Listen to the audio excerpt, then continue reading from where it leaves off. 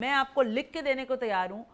Tipu Sultan road पर मेरी रिहाइश है, 1 करोड़ का फ्लैट वहां नहीं मिलता। लैंड की कीमत आप लोगों ने आसमान पे कराची की पहुंचा दी। इन्होंने नहीं पहुंचाई। एक मिनट मैं बात कर लूं।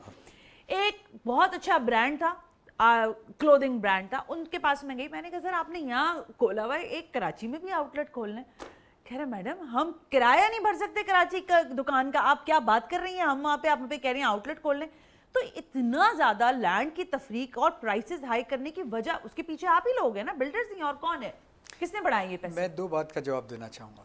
एक तो इन्होंने नस्ला टावर का कहा, हाँ। मैं इसको क्लियर करना चाहूँ। नस्ला टावर का जजमेंट मेरे हिसाब से इंतहाई गलत था। मैं ऑन रिकॉर्ड कह रहा हूँ, क्योंकि आप 18,000 एकड़ बहरिया की ज़मीन पैसे लेके रेगुलाइज कर रहे हैं और 180 गज जहाँ मिडिल क्लास कराची के लोग रहते हैं वो आप पैसे लेके रेगुलाइज नहीं कर सकते फीस लेके।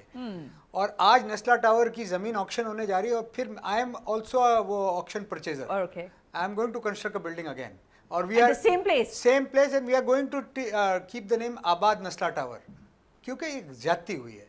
ये जुडिशियल मर्डर हुआ है, ये जुडिशियल मर्डर हुआ है। एक बात, this is on record Hasan Bakhshi, whatever you are saying, मैं आपको कह रहा हूं, I am one of the auction purchasers. Alright, ठीक है, तभी तो ऑक्शन होने जा रही है। अगर लैंड सही नहीं होती तो कैसे ऑक्शन होती?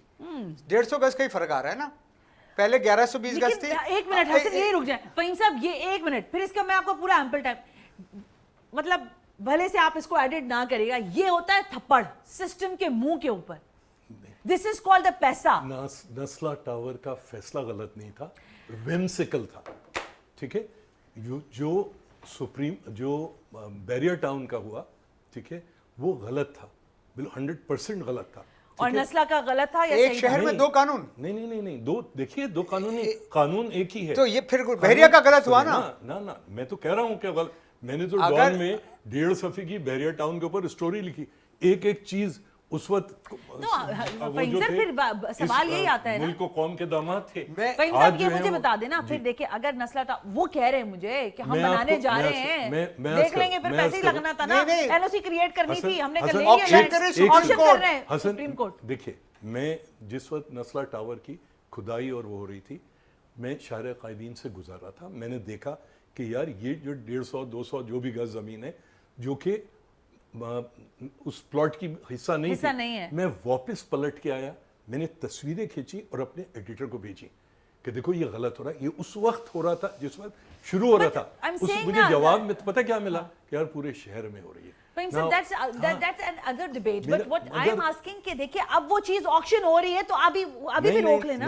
अभी रोक ले। फिर अभी क्यों हमारे 150 गज के साबित हो रही है? नहीं, 150 गज के बगैर तो 150 गज के बगैर हो रही है। मैंने तो कहा ना, पर मसला क्या था? 150 गज 18,000 एकड़ आप रेगुलराइज कर सकते हैं। चलो आगे इस बात को छोड़ दो, बहरिया वाली। अब आ जाइए दूसरी बात, जो मैं आपने कहा कि इस कराची नहीं, आपने जमीन की कीमत क्यों बढ़ा दी है? जमीन नहीं बढ़ाई है। मैं आपको बताऊं, जमीन की कीमत डिपेंडेंट है, हर चीज की कीमत डिमांड एंड सप्लाई पे। कोई डिमांड एंड सप्लाई नहीं है। मैं आपको बताएं 1947 से, सुन ले जरा, बोर्ड ऑफ रेवेन्यू का कानून बोलता है कि 120 गज से ऊपर की जमीन ऑक्शन होगी। ठीक है, आज तक एक ऑक्शन नहीं हुआ। Who is responsible?